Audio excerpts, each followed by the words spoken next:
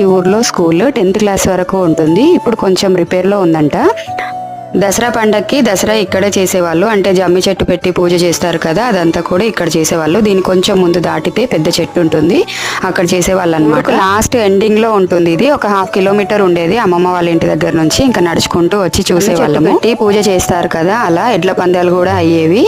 ఇంకా ప్రతి ఇయర్ దసరాకి అయితే కంపల్సరీ ఆ రోజు ఏదో ఒక పెద్ద గొడవ అయ్యేది జమ్మి చెట్టు దగ్గర. అదొక కొంచెం భయం వేసేది అనమాట అందరికి. ఇంకా అలాగే ఊర్లో ఉన్న బొడ్రాయి దగ్గర కూడా కొబ్బరికాయ కొట్టేసి, ఇదైతే చెరువు కట్ట దగ్గరకు వచ్చేసాము. ఇది నేను చూపిస్తున్నాను కదా, ఈ కట్టకు అవతల చెరువు ఉంటుందన్నమాట. ఇప్పుడైతే ఫుల్ వాటర్ ఉన్నాయంట, మమ్మల్ని అక్కడికి అసలు వెళ్ళనివ్వలేదు. దసరా పండుగప్పుడు పాలపిట్టను చూడడానికి ఇదంతా కూడా నడుచుకుంటూ తిరిగే వాళ్ళం ఎక్కడ కనబడుతుంది అనేసి.